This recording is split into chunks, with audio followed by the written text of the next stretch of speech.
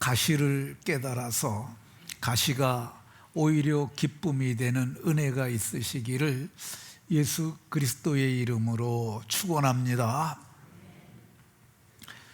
요 앞에 저 친구 좀 깨워. 저기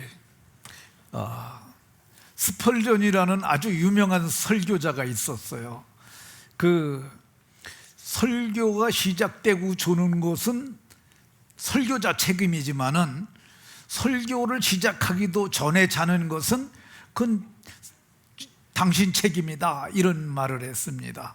그러니까 내가 이제 말씀을 전하다가 내 말이 귀에 안 들어와서 조는 것은 내 책임, 그 시작도 하기 전에 조는 거는 네 책임. 네. 오늘은 가시 얘기하겠습니다. 사람이 세상을 살다가 보면 가시에 찔려본 경험들이 다 있습니다. 가시 그러면은 아주 작은 거죠. 근데 이 작은 가시가 가시나무에서도 들어오기도 하지만은 이 가구를 옮기다가 이 장갑을 안 끼고 일을 하다 보면 이 피부를 뚫고 가시들이 많이 들어오는 것을 경험하게 됩니다.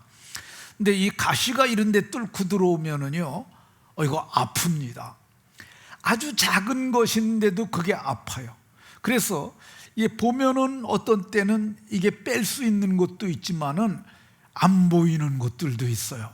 근데도 이렇게 가시가 들은 손가락으로 뭘 이렇게 하다가 보면 여기에 아프고, 그래서 가시가 분명히 있는데 가끔 이렇게 찌를 때는 고통스럽습니다.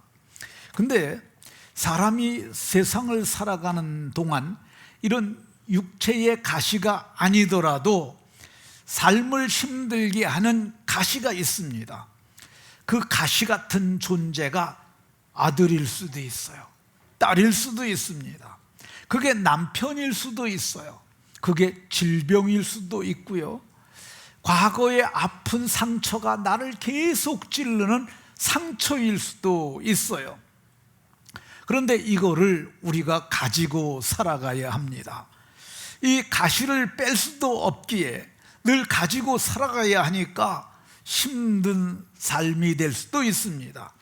오늘 성경을 보면 바울 사도님도 내 육체에 가시가 있었다고 이렇게 얘기를 합니다. 가시 그러면 우리는 조그만 것들이거든요. 근데 이 원문에, 헬라어 원문의 가시는 이게 조그만 게 아니라 큰 거예요. 말뚝. 말뚝은 이만하잖아요. 뾰족한 창은 군사들이 전쟁에 쓰는 살인도구예요. 그게 내 육체에 들어와 있다는 거야. 그러니까 바울 사도님이 이 가시라고 했던 이거를 이거를 우리는 가시라고 했지만은 원문은 뾰족한 창과 같은 것이 있었다, 이렇게 볼 수 있습니다. 그게 몸에 꽂혔으니까 사도님이 얼마나 힘들고 얼마나 고통스러웠겠습니까? 그러면 이 가시가 뭘까?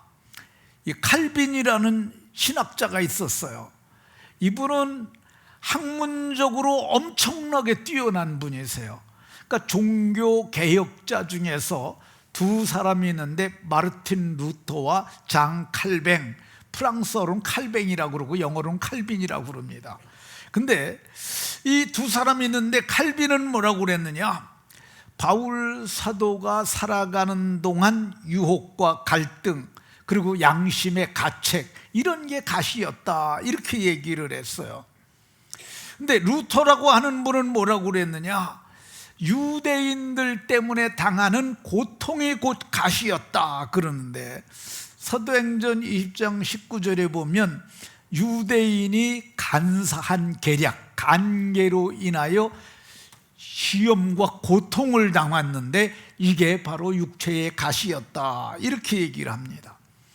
로만 가톨릭에서는 뭐라고 그러냐면 결혼을 하지 않았으니까 성적인 유혹이 있었는데 그걸 가시라고 그랬다, 이렇게 얘기를 하고, 어떤 분들은 바울 사도가 못생겨서 외모에서 오는 콤플렉스가 있었다고 그러는데, 이건 제가 보기엔 성경에도 없는 얘기예요. 터둘리안이라고 하는 교부는 바울 사도가 두통이 있었다고 그랬는데 근거가 뭔지 그런 얘기 성경에도 없습니다. 어떤 사람은 추정을 해서 그것이 간질병이다 그랬는데 이것도 안 맞는 얘기라고 봅니다. 저는 신학자는 아니지만은 성경을 읽어본 사람으로서 바울 사도의 가시는 눈병이다, 저는 그렇게 생각합니다. 눈병을 이렇게도 말합니다. 안질, 눈질환, 안질이라고도 얘기를 합니다. 이게 안질인 것이 좀 확실한 게 뭐냐면, 바울 사도께서 이 예수님을 믿기 전에는 유대교인이었거든요.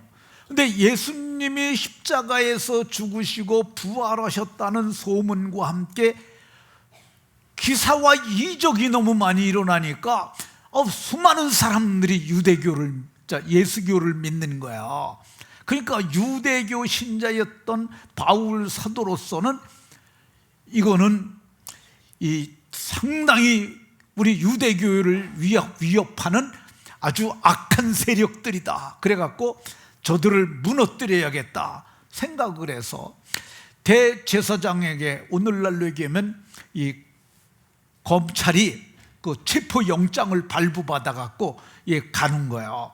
그래가지고 그가 어디를 갔느냐 하면 다메섹이라는 곳인데, 다메섹은 아람 나라의 수도였어요.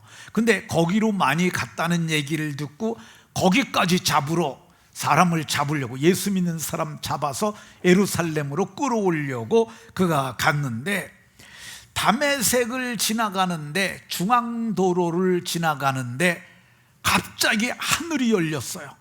그리고 하늘에서 빛이 쏟아져 내려왔어요. 그리고 그를 중심으로 빛이 이렇게 비치는 거야. 그러니까 바울 사도가, 그때는 바울이 아니고 사울이에요, 땅에 엎드러져 버리고 말았어요. 그때 하늘에서 소리가 들렸어요. 사울아, 사울아, 내가 어찌하여 나를 박해하느냐, 이런 소리가 들려왔어요. 그러니까 고개를 들고 빛을 향하여 주여 뉘시니까, 그랬더니 나는 내가 박해하는 예수라. 그 말을 듣고 너무너무 놀랐어요. 그래가지고 지금 저분이, 나는 예수 믿는 사람 잡아 죽이려고 가는데 하늘에서 예수라는 분이 나는 내가 박해하는 예수라 그러니까 내가 이제 어떻게 해야지 그랬는데, 사람들이 우선 들어가십시다 그래가지고 눈을 떴으나 아무 것도 보지 못하고 사람들의 손에 이끌려서 그가 집으로 돌아갔습니다. 근데 이제 아무것도 보지 못했던 이유가 뭐냐면 눈에 비늘 같은 것이 덮인 거야. 그러니까 사흘 동안 그가 먹지도 못하고 마시지도 못하고 보지도 못하고 그러면서 있었어요. 근데 먹지도 않고 마시지도 않고 보지도 못해도 한 가지 팽팽 돌아가는 게 하나 있었어요. 그게 뭐겠어요? 생각입니다. 생각. 이 바울 사도가 그때부터 생각하는 거야. 야, 이게 도대체 뭐냐? 예수는 갈보리라는 산에서 십자가에 비참하게 못 박혀서 저주받아 죽었는데, 그 십자가에 못 박혀 죽은 예수가 지금 하늘에서 하나님 우편에서 이렇게 빛으로 나를 비추시고 나하고 얘기했는데, 그 예수가 도대체 누구냐? 이게 어떻게 된 거냐? 그래서 사흘 동안 먹지도 않고 마시지도 않으면서 이 어마어마하게 고성능 컴퓨터 같은 그의 머리가 돌아간 거야. 사흘 만에 깨달은 결론이 뭐냐? 예수는 그리스도구나. 이 그리스도라는 말이 히브리 말로는 메시아래요. 그러니까 예수가 하나님의 그리스도라는 거야. 이스라엘 백성들은 메시아를 기다리는, 그걸 좀 어려운 말로 메시아 대망 신앙 혹은 대망 사상을 가지고 있었는데, 그들이 기다리고 있던 건 뭐냐면 애굽에서 이스라엘 백성들을 건져낸 모세와 같은 지도자를 기다리고 있었어요. 지금은 로마에 압제해 있으니까 로마로부터 건져낼 모세와 같은 정치적 지도자를 기다리고 있었는데, 사흘 동안 깨달은 게 뭐냐? 우리가 기다리던 메시아는 정치적 지도자가 아니고 유대인만을 위한 것이 아니라 온 세상을 죄와 사망에서 구원하실 하나님의 그리스도구나, 이걸 깨닫게 됐던 것입니다. 사흘이 지나고 나니까 하나님께서 아나니아라고 하는 사람에게 너 가서 바울이 기도하고 있으니까 네가 안수해서 저로 하여금 보게 하고 그가 기력을 회복하게 하고 그가 나를 위한 택한 그릇이니 나의 일을 하게 하라, 이렇게 말씀하셔서 아나니아가 와가지고 그의 머리에 손을 얹고 기도했더니 사울의 눈에서 비늘 같은 것이 벗어져 다시 보게 됐습니다. 눈에 하늘의 영광을 받고 눈에 비늘 같은 것이 덮였고 또 눈에 이것이 벗겨지고 눈이 좀 상태가 안 좋을 수도 있겠다, 그런 생각 안 드십니까? 근데 이게 눈이 문제인 것은 로마서 16장에 보게 되면 이 바울 사도가 로마 교회에 편지를 했는데, 그러니까 로마인들에게 보내는 편지가 로마서예요. 근데 바울 사도가 우리는 썼다고 그러잖아요. 근데 이 편지를 기록하는 사람이 더디오라는 사람이 편지를 기록했다는 거예요. 바울 사도가 쓴 게 아니에요. 그럼 바울 사도가 진짜 안 썼느냐? 바울 사도는 불러줬고 더디오는 대피를 한 거예요. 그러니까 그러면 왜 바울 사도님이 글씨를 모르냐? 왜 이걸 자기가 안 쓰고 더디오가 썼느냐? 그거는 바울 사도가 눈이 잘 안 보이니까 이 글씨를 다른 사람에게 대피를 시켰다고 보여집니다. 그러니까 바울 사도가 불러주는 거죠. 하나님의 뜻으로 말미암아 사도된 나 바울은, 그러면 더디오가 적는 거예요. 이런 식으로 적어가지고 로마서가 완성됐습니다. 그러니까 바울 사도가 눈 상태가 안 좋다고 보여지지 않습니까? 두 번째, 갈라디아서에 보면은 너희가 할 수만 있었더라면 너희 눈이라도 빼어 나에게 주었으리라. 아니, 선교비를 줬다 그러면 이해가 가는데 하필 왜 눈을 빼서 주냐고요.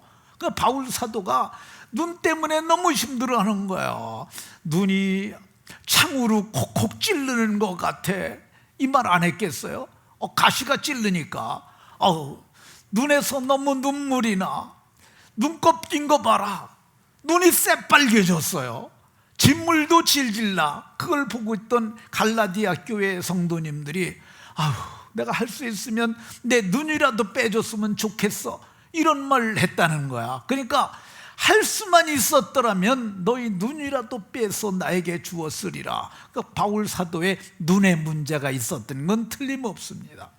갈라디아서 6장을 보게 되면 갈라디아서는 바울 사도가 친필로 쓴 거야. 친필로 썼는데 너희 손으로 이렇게 큰 글자로 쓴 거로 봐라. 어떤 글씨로 썼다고요? 큰 글씨, 큰 글씨. 아니 왜 큰 글씨로 씁니까? 적당하게 써야지. 그리고 오늘날에는 이 종이를 한번 보세요. 이거 우리 주보 만드는 건데 이게 A4라고 사이즈를 이게 용지 규격을 A4라고 얘기를 하고요. 이게 82g 이상이 되는 고급지예요, 이게. 그러니까 여러분들 이 주보를 이걸 가볍게 보면 안 됩니다. 이게 레이저 프린터로 인쇄를 해서 이게 시중에서 하려면 한 장에 200원 정도 들어가는 아주 고급 제품이에요. 근데 이 종이는 그렇게 많이 비싸질 않아요. 종이 2,000장이래 봐야 3만 원밖에 안 가요. 이게 2,000장에 3만 원밖에 안 간다고요. 그러니까 여러분들도 이만큼 종이 사면은 지금부터 거기다 글씨를 쓴다 그러면 1년 내내 써도 남을 정도로 종이값이 싸요. 근데 옛날에 이게 바울 사도님이 편지를 쓰던 때는 언제요? 2000년 전이잖아요. 2000년 전에 그때는 파피루스라는 종이가 있었어요. 근데 그 종이가, 이 파피루스를 제가 하나 집에 가지고 있거든요. 근데 이게 판판하지가 않아. 우툴두툴해. 이게 파피루스라고 하는 풀을 가지고 이겨가지고 다져갖고 만든 거니까, 그게 종이 질이 안 좋아요. 그 종이를 뭘로 썼느냐 하면은 가장 많이 썼던 게 양피지예요. 그게 오래 갑니다. 양은 양 아시죠? 양. 피는 뭐냐면 껍데기, 지는 종이. 그러니까 양의 껍데기를 벗겨 갖고 종이를 썼어요. 자, 이 가죽이 양이 있으면은 양을 잡아가지고 가죽을 뺏기는 거야. 근데 그 가죽을 뺏겨가지고 그 가죽을 놓고 거기서 소 껍데기를 또 벗겨요. 이게 진짜 종이로 쓰는 양피지예요. 근데 양피지가 그 양 한 마리 잡아야 요만큼밖에 안 되잖아요. 그러니까 그걸 여서 붙여가지고 두루마리로 똘똘 말게 하는 거예요. 그게 양피지입니다. 그러니까 당시에는 종이값이 비싼데도 큰 글씨를 썼어요. 갈라디아서 6장 11절을 보면 큰 글씨로 쓴 걸 봐라, 이렇게 얘기를 하잖아요. 왜 큰 글씨로 썼겠어요? 안 보이니까. 그러니까 이게 줄을 맞춰서 희미하게 이렇게 갖고 큰 글씨로 써서 보낸 거야. 눈에 문제가 있었던 것이 틀림없습니다. 그럼 바울 사도에게 있었던 가시를 자기는 뭐라고 그랬느냐? 여기 보세요. 7절에 보면 내 육체의 가시는 곧 사탄의 사자라고 해요. 사탄의 사자. 사탄이 뭐예요? 사탄이 마귀예요. 마귀. 요한계시록 12장에 보게 되면 큰 용이 내어 쫓기는데, 큰 용에 대해서 세 가지로 얘기를 합니다. 큰 용은 옛뱀, 에덴 동산에 있었던 뱀이고, 또 마귀라고도 하고 사탄이라고도 하니까, 이 마귀, 옛뱀, 사탄은 다 한 종류예요. 종류는 한 존재인데 양태가 달라요. 나타날 때 다르게 나타나는 거예요. 그래서 오늘 성경은 근데 바울 사도는 뭐라고 그러냐? 사탄의 사자 그러냐고. 그러니까 사탄의 사자가 어떤 거냐? 하늘에서 내어 쫓겨오는 존재. 그의 사자들도, 사탄의 사자들도 함께 내어 쫓기는데, 그 사탄의 사자가 뭐냐? 그게 귀신이에요. 귀신. 한번 따라 합시다. 사탄의 사자는, 다시, 사탄의 사자는 귀신이다. 귀신이라고 그러니까 무서운 생각 들지 않습니까? 조금.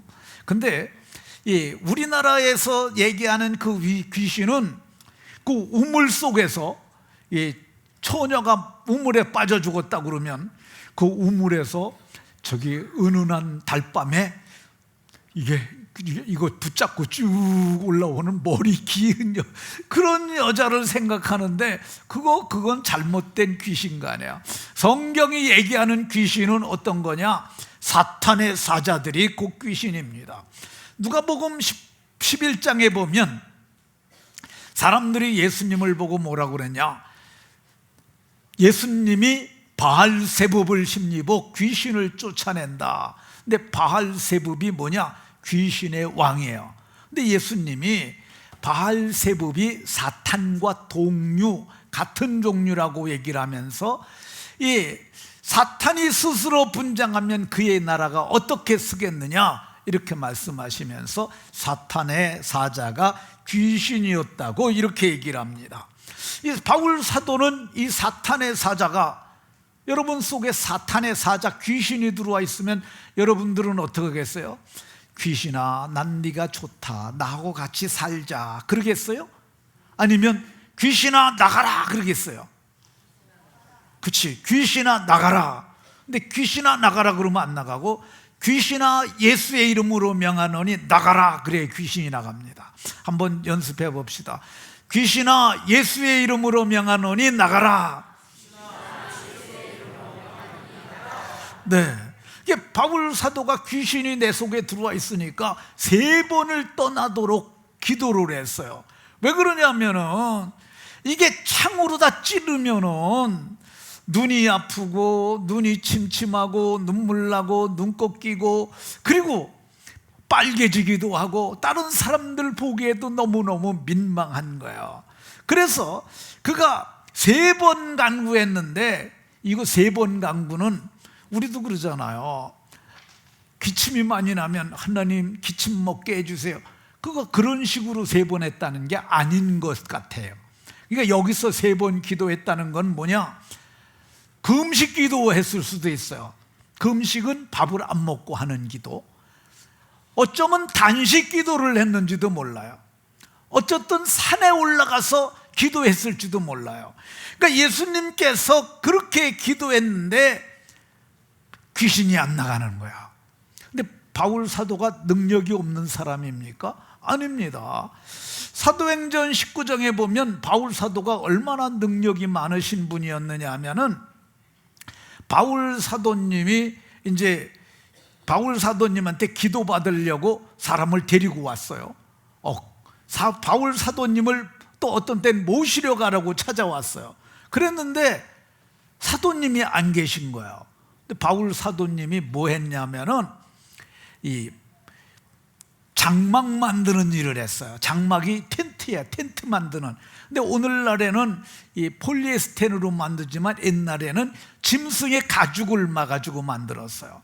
근데 가죽을 부드럽게 하는 걸 좀 전문 용어로 무드질이라고 그래요. 근데 사도님은 없고 그 일할 때 쓰던 앞치마가 있는 거예요. 야, 사도님 안 계시는데 어떡하지? 야, 저 앞치마라도 가져가서 한번 놔보자. 그래서 앞치마를 가져다가 병든 사람에게 얹었더니 어떻게 했다고요? 병이 떠나가 버렸어요.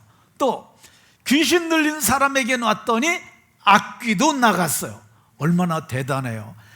사도님이 쓰시던 수건만 갖다 놔도 귀신이 나가는 사람이었는데, 이 사도님이 이렇게 대단하신 분이 기도를 했는데도 육체의 가시, 사탄의 사자, 귀신이 떠나질 않은 거야. 그래서 바울 사도님이 우울하게 앉아 있었을 것 같아요. 하나님, 이게 뭡니까?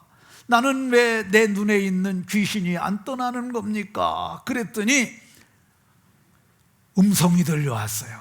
내 은혜가 내게 족하도다. 이렇게 음성이 들려왔어요.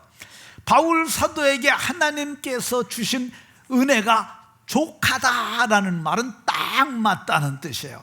그러니까 바울 사도에게 있는 가시와 은혜가 이게 딱 균형추가 딱 맞도록 하나님이 해주신 거라는 거예요. 어떻게 이게 딱 맞을까? 그렇게 생각을 했는데 12장 7절에 보면 이렇게 말합니다. 여러 계시를 받은 것이 지극히 크므로 내가 교만해질까 봐 하나님께서 사탄의 사자를 내게 주셨다는 거야. 이 성경은 내가 너무 자만하지 않게 하시려고 그랬는데, 자만이 뭐냐면 뽐내는 거야. 자랑하는 거죠.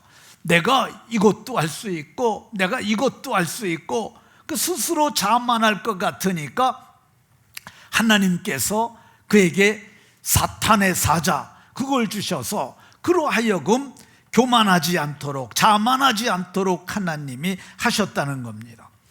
왜 바울 사도가 자만할까? 그 사람은 자만할 조건을 많이 갖추고 있었어요. 그는 나는 유대인으로 나서, 유대인 우월주의라는 게 있어요. 하나님이 선택한 백성이라는 그런 의식을 가지고 있어요. 그것도 우월감이잖아요.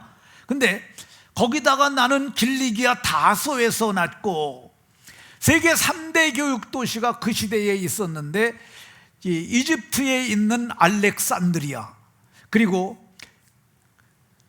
그리스의 아테네, 그리고 또 하나가 여기 길리기아 다소예요. 그러니까 여기서 태어났는데 바울 사도는 뭐라 그럽니까? 나는 날 때부터 로마의 시민권을 갖고 태어났다고 그래. 귀족이라는 거예요, 귀족. 그러니까 귀족으로 태어나서 최고의 도시에서 최고의 교육을 받았고, 그리고 기초교육을 끝나니까 17살쯤 돼가지고 자기 아버지가 너는 내가 보니까 여기서 더 이상 배울 게 없다. 이제부터는 예루살렘에 가지고 가말리엘 문화에 가서 공부를 해라. 가말리엘이 그 당시에 유대인들에게는 최고 학부예요. 천재들만 들어가는 곳이에요. 근데 거기에 들어가서 테스트 통과하고 그리고 거기서 교육을 받았어요. 서울대 나온 사람들이 좀 교만합니다. 많이 교만해요. 근데 바울 사도가 그랬어요. 빌립보서 3장에 보게 되면 나는 8일 만에 할례를 받았고, 이건 뭘 얘기라는 거냐면 나는 정통 유대인으로서 율법대로 살아왔다는 거야. 이스라엘 족속일 뿐만 아니라 베냐민 지파요 그랬는데, 우리는 베냐민 지파가 뭐가 난지 몰라요. 근데 유대인들에게 있어서 베냐민, 당신은 어디 지파요? 그러면 나 베냐민 지파요. 그러면 사람들이 다 고개를 숙이는 존경스러운 지파였다고 그럽니다. 그 왜 그러냐면 이스라엘이 남유다와 북이스라엘로 갈라지는데 북이스라엘의 10지파가 떨어져 나갔습니다. 근데 마지막에 유다와 끝까지 함께 했던 지파가 누구냐? 베냐민 지파예요. 지도를 봐도 유다 지파하고 베냐민 지파는 붙었어요. 그러니까 이 자긍심으로 똘똘 뭉친 사람이 이게 바울이었는데, 사울이었는데 이 사람이 회심하고 바울이 되잖아요. 그러니까 얼마나 자만심이 높아요. 근데 그가 믿은 후에 믿자마자 그 사람은 결단을 하고 예수는 그리스도라, 예수는 하나님의 그리스도라. 22절에 사도행전 9장 22절에 예수는 하나님의 그리스도라고 얘기를 하고, 그리고 형제들하고도 누구하고도 연락하지 않고 3년 동안 아라비아에 가가지고 그리스도와 매일 교제하면서 신령한 영적 교제를 통해서 그가 신령한 사람이 되어졌는데, 그의 능력은 옷만 갖다 얹어도 기적이 일어나고, 그리고 그가 얼마나 대단한 사람이었느냐 하면 이제 예루살렘을 중심으로 한 베드로가 리더가 되는 한 그룹이 있고 바울 사도를 중심으로 한 이방 교회가 있는데 두 사람이 만났어요. 안디옥이라는 교회에서 만났어요. 근데 바울 사도가 게바를 보고 책망할 일이 있으므로 내가 그를 대면하여 책망하였노라. 게바가 누구냐면 베드로예요. 베드로는 예루살렘의 사도 중에 으뜸이잖아요. 근데 베드로를 바울 사도가 책망을 했다는 거예요. 어떻게? 대면하여 면책, 얼굴을 마주대하고 너 어떻게 그렇게 유대인으로서 그리 행할 수 있느냐. 그 바울 사도가 베드로보다도 더 우위에 있었던 것으로 보여집니다. 거기에 고린도후서 지금 보고 있는데요, 12장 1절에 보면 주의 환상과 계시를 그가 봤다고 얘기를 해요. 그가 셋째 하늘에 이끌려가서, 이 셋째 하늘이 어떤 하늘이냐면 삼층천이라고 불리는데 하나님의 보호자가 있는데요. 그래서 내가 거기 갔었는데, 그리고 내가 거기서 낙원에 이끌려가서 말로 표현할 수 없는 그 일을 경험했다는 거야. 근데 여기서는 한 사람, 그리고 그가 이렇게 3인칭을 쓰지만은 여기서 얘기하는 이 셋째 하늘에 이끌려간 사람이 누구냐? 사울, 곧 바울, 회심한 바울 사도였다고 얘기를 합니다. 이렇게 많은 은혜를 받으니까 하나님께서 자만하지 않게 하시려고 육체의 가시, 곧 사탄의 사자를 주셨다고 얘기를 합니다. 그러니까 바울 사도가 다른 사도들을 봤는데, 아이고, 사도들이 너무 무식하고 멍청한 거야. 아유, 저것들. 근데 그때 마음에 저것들하고 교만한 마음이 여기서부터 꿈틀꿈틀해서 올라올 때 꽉 눈을 찌르는 거야. 창으로다 꽉 눈을 찌르듯이. 그럼 어떻게 해야 되겠어요? 아이고 주여 잘못했습니다. 사탄의 사자가 자기를 찌르니까 그렇게 하나님께서 겸손하게 하시려고 그리하셨다고 얘기를 합니다. 우리 집에 보면은 집집마다 온도 조절기라는 게 있어요. 저거 집집마다 있으시죠? 그래서 여러분들이 온도 설정하지 않습니까? 근데 25도로 설정을 했어요, 실내 온도를. 그러면 27도면 돌겠어요, 안 돌겠어요? 안 돌아요. 25도에도 안 돌아요. 24도로 더 떨어지면 어떻게 되죠? 보일러가 붕 하고 도는 거야. 마찬가지예요. 바울 사도의 자만 지수가 떼보세요. 25예요. 근데 25인데 지금 아직 25에 안 찼어요. 근데 딱 이렇게 온도 교만 지수가 딱 올라가게 되면 어떻게 하겠어요?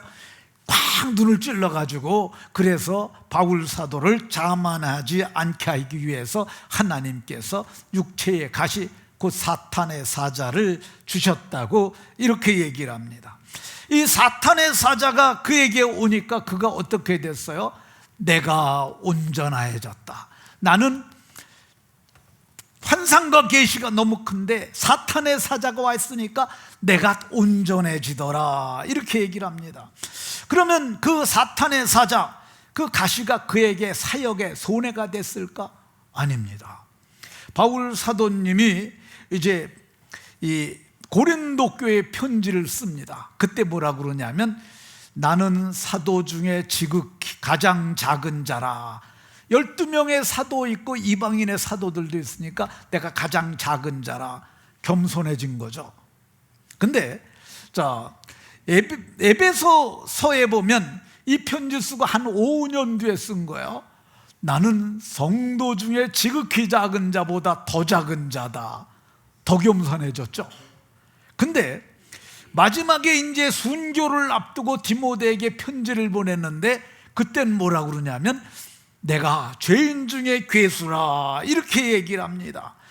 이 바울 사도의 이 가시가 결코 사역의 장애가 되기는 커녕 오히려 겸손한 하나님의 사람이 되게 했던 걸 볼 수가 있습니다. 뿐만 아닙니다. 그 가시로 말미암아서 내가 약한 그때에 더욱 강해졌다고 이렇게 얘기를 합니다. 그 결과 그가 에베소에서 교회를 세워요, 빌립보 교회를 세워요, 고린도 교회를 세워요. 마지막에는 그가 수인의 몸으로, 수인이라는 말은 죄수라는 뜻이에요. 쇠사슬에 매인 수인의 몸으로 로마를 들어가요. 세계 최대 강국에 들어가는데 보잘것 없지 않습니까? 쇠사슬에 매여가지고 그가 가택연금이 된 상태로 들어가요. 근데 그 감옥에 있던 그 사람이, 쇠사슬에 매인 그 사람이 전한 복음이 AD 313년에 로마를 정복하게 됩니다. 그러니까 이 바울 사도의 약함이 오히려 더 강함이 나타났던 것을 볼 수가 있습니다. 바울 사도는 가시가, 내 육체에 있는 가시가 하나님께서 나를 온전케 하기 위해 주신 거라는 것을 깨닫고 도리어 크게 기뻐했다고 얘기를 합니다. 크게 기뻐했다.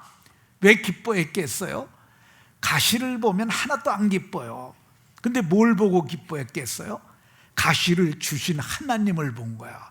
아, 하나님께서 나를 온전케 하시려고, 나를 약하게 하시려고 내 육체에 가시를 주셨구나. 그러니까 하나님을 보면서 나를 자만하지 않게 하시려고 내게 가시를 주셨구나.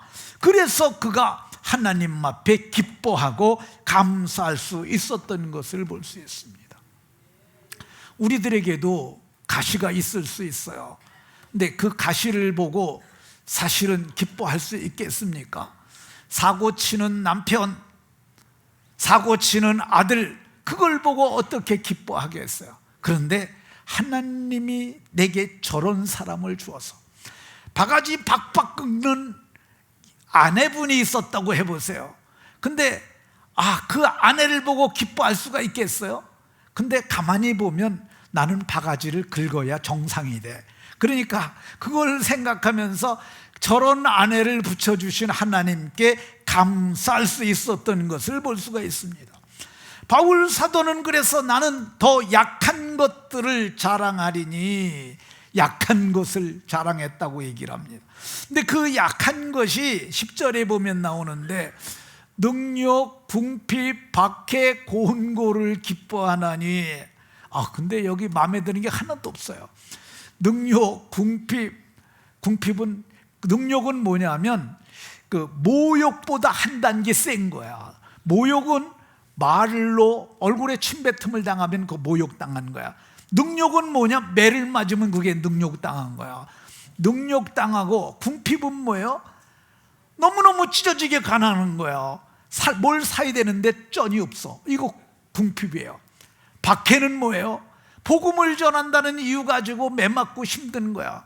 곤고는 너무너무 무엇 하나 할 수 없는 답답한 지경. 감옥에 갇혀 보세요. 그거 어찌 기뻐할 수 있겠어요? 근데 바울 사도는 내가 이 곤고마저도 기뻐한다 이렇게 얘기를 했어요. 세계로교회 목사님이 감옥에 가 계십니다. 근데 그 감옥에 갇힌 이유가 선거법 위반입니다. 선거법. 근데 선거법 위반을 하면은 최고 형량이 벌금 100만 원이래요. 근데 벌금 100만 원밖에 벌금 100만 원짜리를 갖다가 감옥에 갖다 가뒀어요. 그거를 구속영장을 청구했는데 그거를 허가한 판사가 참으로 참 이상한 판사라고, 제정신이 아닌 판사 같은 생각이 듭니다. 어쨌든 감옥에 갇혔는데 어떤 목사님이 그걸 보고 그래요. 소년보 목사님은 감옥에 잘 갔다고. 왜 그러냐니까 그분은 감옥에 좀 가셔서 좀 쉬어야 된다고. 너무 애만 있었다고.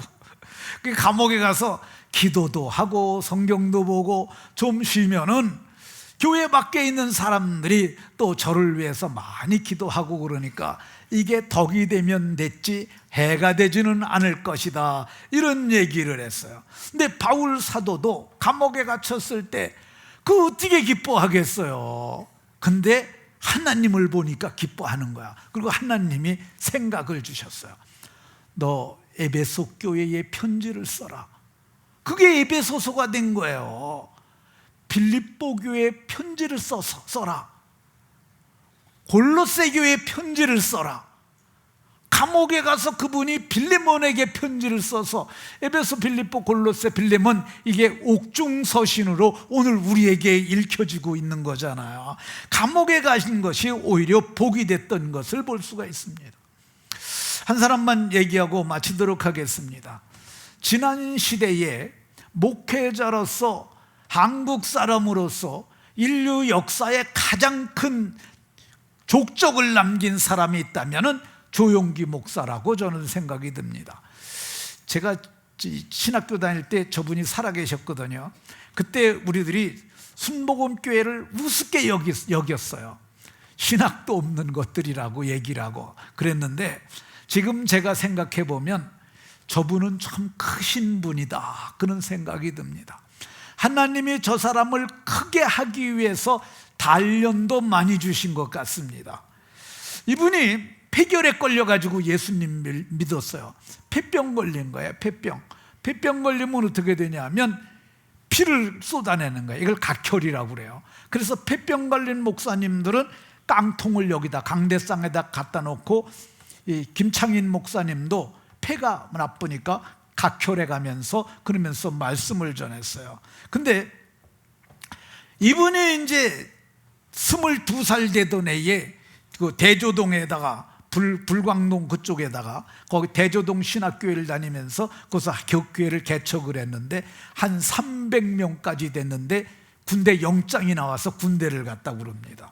근데 군대를 가고 났는데 군대에서 생각을 해보니까 자기네 교인들이 너무 찢어지게 가난하고 너무너무 병든 사람들만 많고 그러니까 내가 또 돌아가서 저런 사람들하고 목회하느니 나는 제대만 하면 미국으로 뜬다. 미국에 가갖고 공부해가지고 내가 박사학위 받아갖고 와서 내가 한국을 가리키는 그런 사람이 되겠다, 이렇게 얘기를 합니다.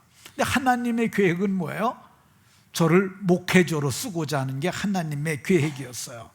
근데 어느 날 갑자기 쓰러집니다. 그래가지고 수도통합병원으로 실려가가지고 8시간 대수술을 받아요. 그런데 내가 수술을 했는데